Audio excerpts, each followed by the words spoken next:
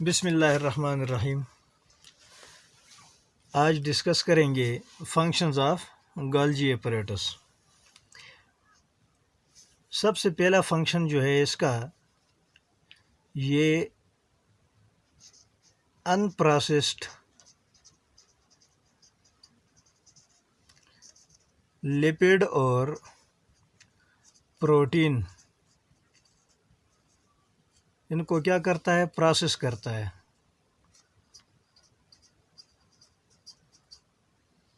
Processes,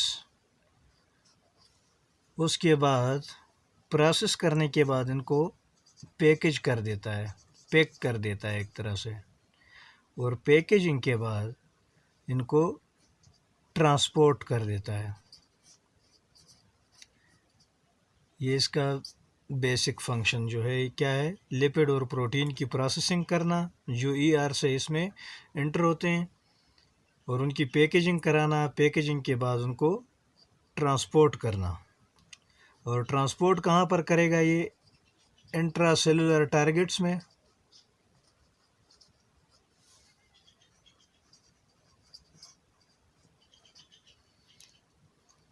या क्या करेगा, सिक्रीट आउट करेगा, सेल से बाहर सिक्रीट आउट करेगा अगर वेस्ट है तो।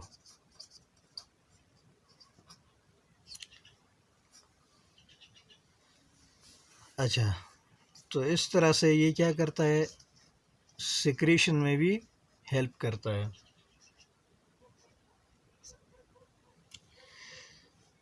दूसरा, ये किस तरह का काम करता है, इसकी ट्रांसपोर्टेशन को अगर देखा जाए कि ये प्रोटीन और लिपिड्स को क्या करता है, ट्रांसपोर्ट कराता है। तो इस फंक्शन को देखते हुए इसको हम क्या कहते हैं, पोस्टमैन।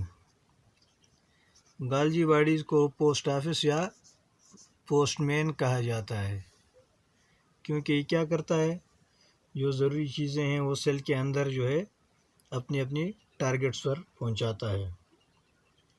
इसके अलावा इसका एक और फंक्शन है, acrosome formation, formation of acrosome.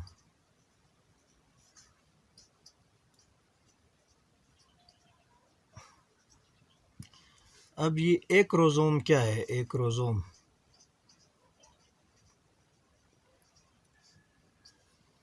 ये एक स्मॉल स्ट्रक्चर है, स्ट्रक्चर present on the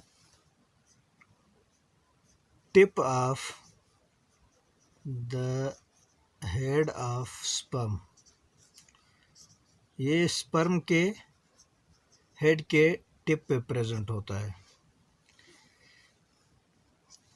और ये क्या होता है, ये एक मॉडिफाइड गाल्जी होता है। क्या होता है, मॉडिफाइड गाल्जी है इस तरह का। ये अगर हमारे पास स्पर्म है तो इसकी टिप पे प्रेजेंट होता है। ये है एक्रोसोम।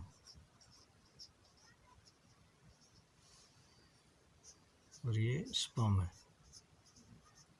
स्पर्म का हेड है, और ये उसकी टेल या फ्लैजेला है। तो ये एक्रोसोम जो है, इसका क्या फंक्शन होता है, इसका फंक्शन होता है फ्यूजन में, यानी fertilisation.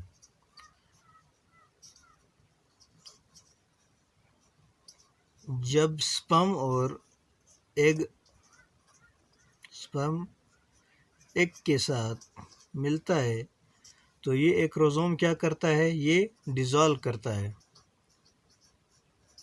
Dissolve egg membrane.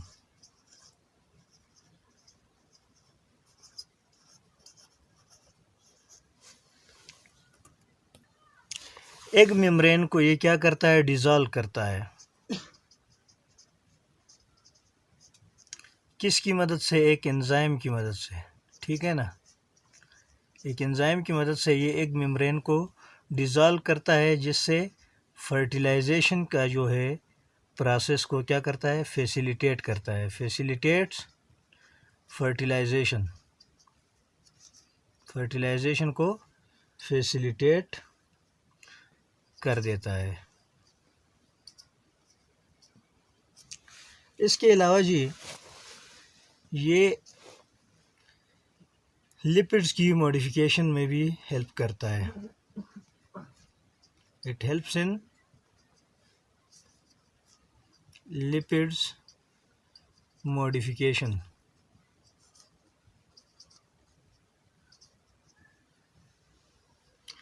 by the process of glycosidation.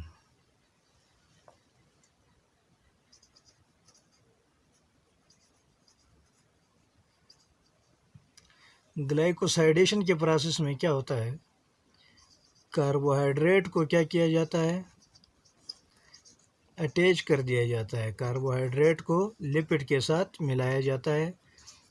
इस प्रोसेस को क्या कहते हैं, ग्लाइकोसाइडेशन।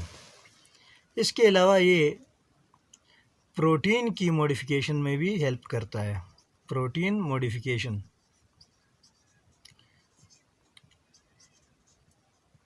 जिसको ग्लाइकोसाइलेशन कहा जाता है, ग्लाइकोसाइलेशन। और इस प्रोसेस में प्रोटीन के साथ कार्बोहाइड्रेट को मिलाया जाता है। इस प्रोटीन को क्या कहा जाता है, इसको ग्लाइकोप्रोटीन, मॉडिफाइड प्रोटीन होता है जिसको ग्लाइकोप्रोटीन कहा जाता है। और ये जो मॉडिफाइड लिपिड है इसको ग्लाइकोलिपिड कहा जाता है, ग्लाइकोलिपिड।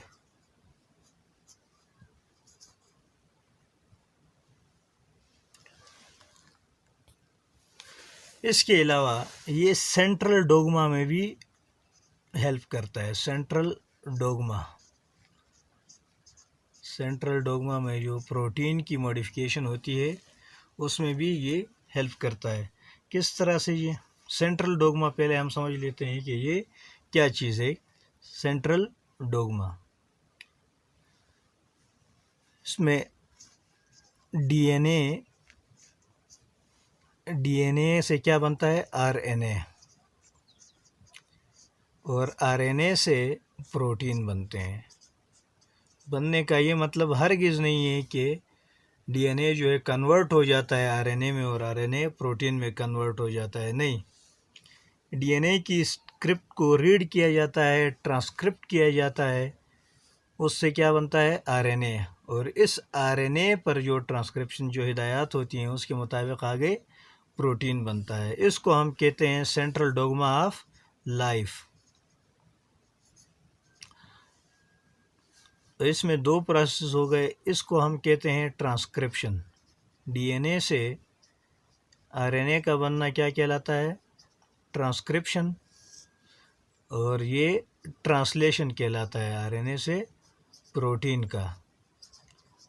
तो जो पोस्ट ट्रांसलेशनल प्रोटीन है, पोस्ट ट्रांसलेशनल मतलब ट्रांसलेशन के बाद जो प्रोटीन बनते हैं, post modification of post translational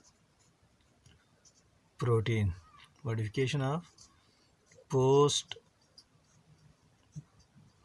translational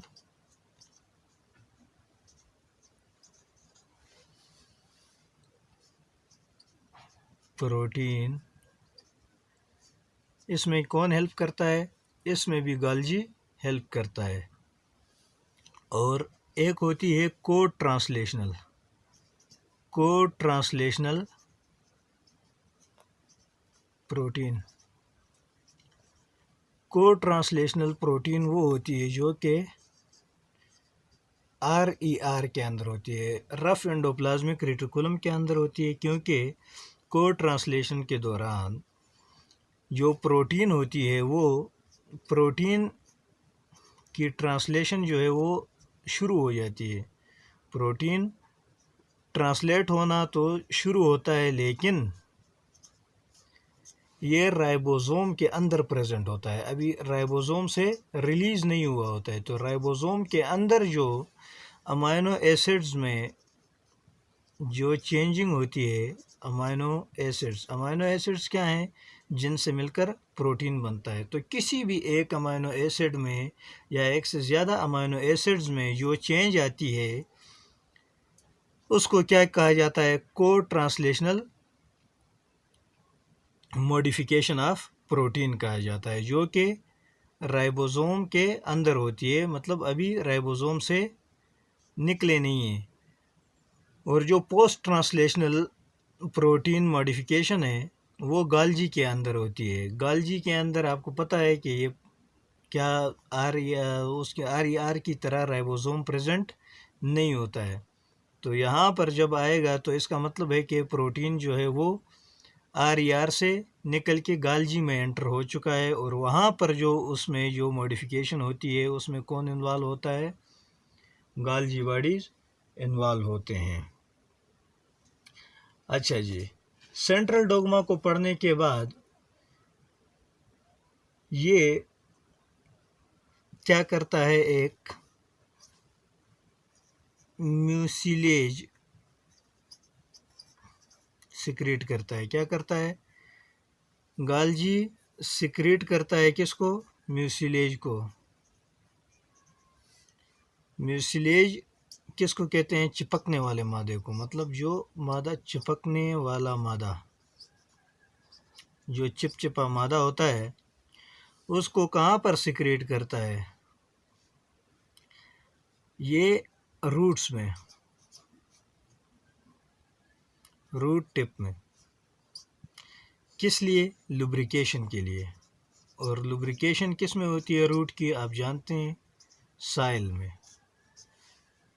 तो इस तरह से ये किस को फैसिलिटेट करता है? ये रूट टिप को फैसिलिटेट करता है।